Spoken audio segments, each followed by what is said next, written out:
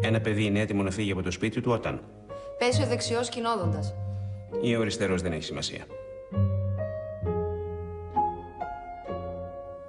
Πότε είμαστε έτοιμοι να μάθουμε να οδηγούμε? Όταν ξαναβγεί ο δεξιός κινόδοντας. Ή ο αριστερός, δεν έχει σημασία.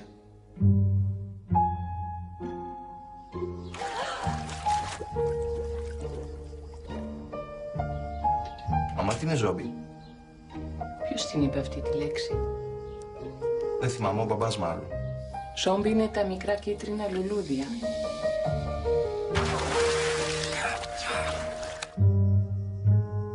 Μαμά! Βρήκα 2 ζόμπι μικρά!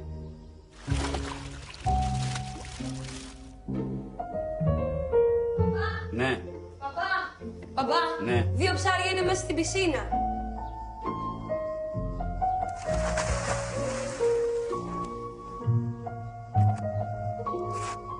Ο αδερφός σας πέθανε.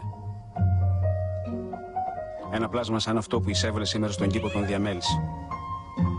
Από τη μια, το λάθος του να φύγει ενώ δεν ήταν έτοιμος ήταν τεράστιο.